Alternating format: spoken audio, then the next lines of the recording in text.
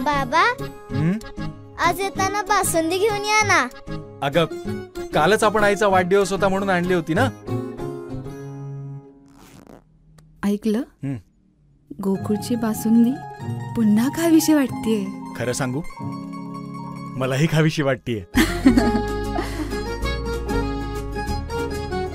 पुन्हा पुन्हा खावीशी वाटणारी गोकुळ बासुंदी.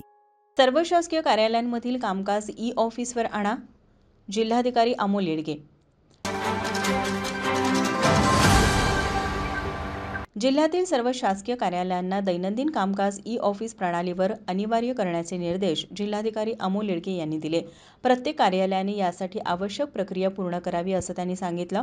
जिल्हाधिकारी कार्यालय आणि जिल्हा परिषदेने ई-ऑफिस प्रणाली सुरू केली असून जिल्ह्यातील सर्व कार्यालयांनी गतिमान कामकाजासाठी याचा अवलंब करावा असे आवाहनही त्यांनी केले. ऑगस्ट महिन्यातील पहिल्या सोमवारी जिल्हाधिकारी कार्यालयातील ताराराणी सभागृहात लोकशाही दिनाचं आयोजन करण्यात आलं होतं. यावेळी ते बोलत होते. या लोकशाही दिनात एकूण 200 अर्ज दाखल झाले. यापैकी 70 अर्ज महसूल विभागाचे तर 130 अर्ज इतर विभागांचे आहेत. यामध्ये प्रामुख्याने 30 अर्ज जिल्हा परिषदेचे आणि 18 अर्ज पोलीस विभागाचे आहेत. लोकशाही दिनी प्राप्त अर्जांवर त्याच दिवशी कार्यवाहीला सुरुवात झाली. प्रत्येक विभागाला आलेल्या अर्जांच्या प्रती तात्काळ देण्यात आल्या.